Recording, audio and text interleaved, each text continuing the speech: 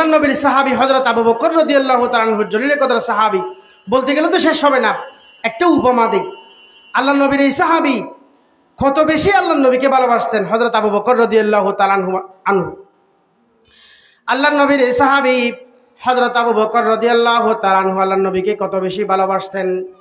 আল্লাহ নবী যে সময় হিজরত করতেছিলেন, হিজরতের সময় হিজরতের সফর সঙ্গী হিসেবে ছিল আল্লাহ নবীর জলিল কদর সাহাবী হযরত আবু বকর রাদিয়াল্লাহু তাআলা আনহু।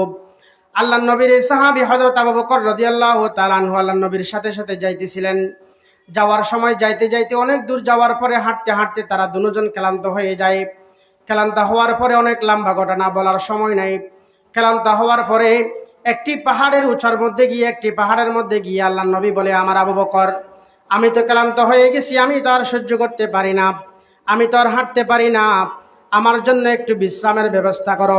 আল্লাহ নবীর সাহাবী আবু বকর রাদিয়াল্লাহু তাআলা আনহু পাহাড়ের মধ্যে হাঁটতে হাঁটতে দেখে পাহাড়ের মধ্যে একটি গুহা আছে, যে গুহার মধ্যে দুজন ঢুকে আরাম করতে পারবে। আল্লাহ নবীর সাহাবী আবু বকর রাদিয়াল্লাহু তাআলা আনহু আল্লাহ নবীকে বলে, ইয়া রাসূলুল্লাহ, ইয়া হাবিবাল্লাহ, আপনি একটু উপরে দাঁড়ান, আমি ভিতরে গিয়ে আগে পরিবেশন করে আসি, আমি আগে পর্যবেক্ষণ করে আসি ভিতরের কি অবস্থা। দেখেন আল্লাহ নবীকে কত বেশি ভালোবাসতেন। যদি কিছু হয়ে যায় আমার হয়ে যাক, যদি মৃত্যু হয়ে যায় আমার হয়ে যাক, যদি কোনো দুর্ঘটনা ঘটে আমার উপর ঘটুক, কিন্তু আল্লাহ নবী যেন হেফাজতে থাকে। সুবহানাল্লাহ।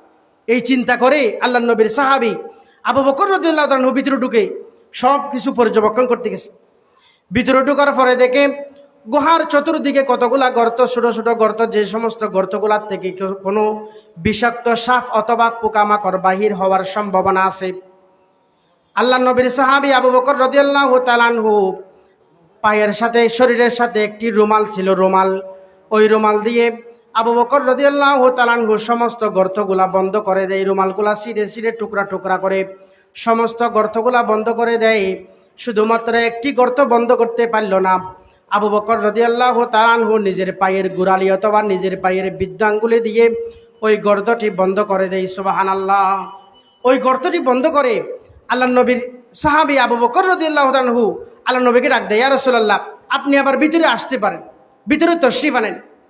আল্লাহ নবী জনাব রাসূল করিম সাল্লাল্লাহু আলাইহি ওয়াসাল্লাম ভিতরে প্রবেশ করার পরে আল্লাহ নবীর সাহাবী আবু বকর রাদিয়াল্লাহু তাআলা আনহু সাথে সাথে আবু বকর রাদিয়াল্লাহু তাআলা আনহু বসে আল্লাহ নবীকে শোয়ার জন্য ব্যবস্থা করে দিলেন। রাসূল করিম সাল্লাল্লাহু আলাইহি ওয়াসাল্লাম আবু বকর রাদিয়াল্লাহু তাআলা আনহুর রানের উপর মাথা রেখে একটু শুয়েছিল। শোয়ার সাথে সাথে ঘুম আসছে। এতক্ষণ পর্যন্ত ক্লান্ত হয়ে গেছে সফর করতে করতে, শোয়ার সাথে সাথে বিশ্রাম করতে শোয়ার সাথে সাথে আল্লাহ নবীর ঘুম আসে গেছে। ঘুম আসার সাথে সাথে আল্লাহ নবীর যখন ঘুম আসে, কিছুক্ষণ পরে যে আবু বকর রাদিয়াল্লাহু তাআলা আনহু যে গর্তটি পায়ের গোড়ালে দিয়ে বন্ধ করছেন, ওই গর্ত থেকে একটি সাপ এসে আল্লাহ নবীর সাহাবীর পায়ের মধ্যে চুবল মারে। নাউজুবিল্লাহ। হযরত আবু বকর রাদিয়াল্লাহু তাআলা আনহুর পায়ের মধ্যে চুবল মারে, টক্কর মারে, কামড় মারে। আবু বকর রাদিয়াল্লাহু তাআলা আনহুর পুরো শরীর সাথে সাথে বিষাক্ত হয়ে যায়। আবু বকর রাদিয়াল্লাহু তাআলা আনহু বিষ সহ্য করতে না পারে। কিছুক্ষণের মধ্যে আবু বকর রাদিয়াল্লাহু তাআলা আনহুর কান্না আসে, কিন্তু আওয়াজ করে কাঁদতেছে না। আবু বকর রাদিয়াল্লাহু তাআলা আওয়াজ করে কাঁদতেছে না। আওয়াজ করে কাঁদলে রসুলের ঘুম ভেঙে যাবে। সুবহানাল্লাহ। দেখেন কিভাবে রসুলের ইতাআত, কিভাবে রসুলের উপর মহব্বত, প্রেম, ভালোবাসা আল্লাহ নবীর সাহাবীর কাছে ছিল। আল্লাহ নবীর সাহাবী আবু বকর রাদিয়াল্লাহু তাআলা আনহু আওয়াজ করতেছিলেন না, কিন্তু আওয়াজ না করার পরেও চোখ দিয়ে পানি বেয়ে বেয়ে পড়ে। একটু পরে আল্লাহ নবীর সাহাবী আবু বকর রাদিয়াল্লাহু তাআলা আনহুর চোখের পানির একটি ফোঁটা রাসূল করিম সাল্লাল্লাহু আলাইহি ওয়াসাল্লামের কপাল মোবারকের মধ্যে পড়ে। সাথে সাথে আল্লাহ রসুলের ঘুম ভেঙে যায়। আল্লাহ রসুল বলে, আমার আবু বকর, তোমার কি হলো? তুমি কাঁদতেছো কেন?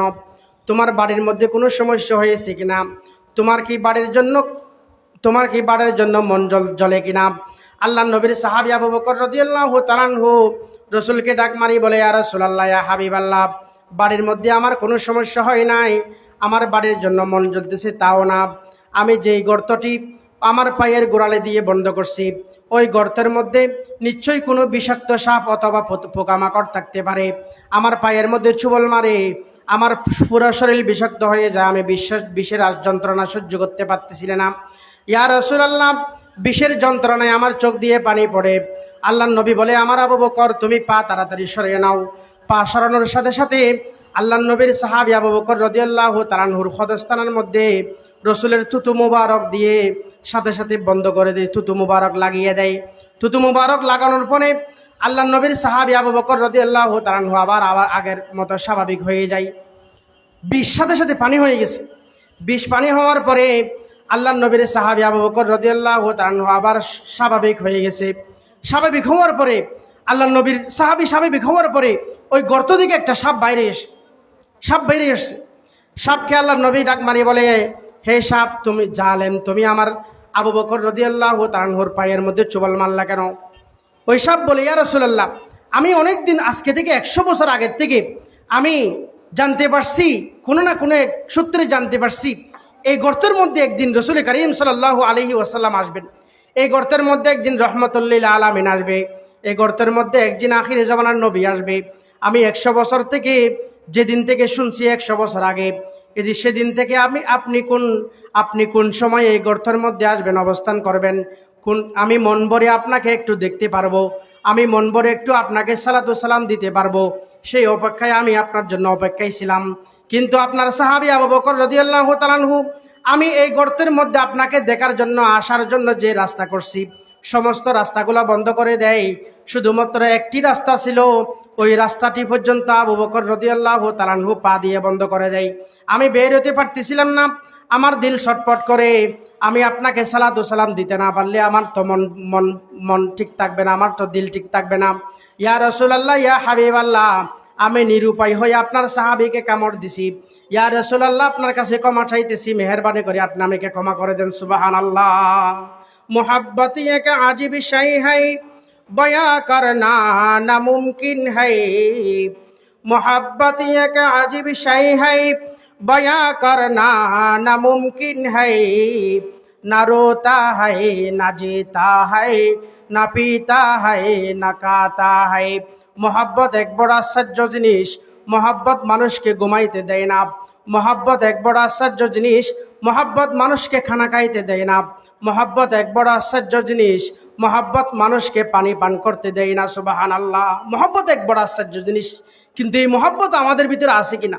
আমরা যে রাসূলের উম্মত দাবি করতেছি, এই দাবি করাটা আসলে সত্য কিনা একটু নিজে চিন্তা করা দরকার। আল্লাহ তাআলা আমাদেরকে সব সময় রাসূলের অনুসরণ অনুকরণ করে জীবন যাপন করার তৌফিক দান করুক। সকলে বলে আমিন। ওয়া মা আলাইনা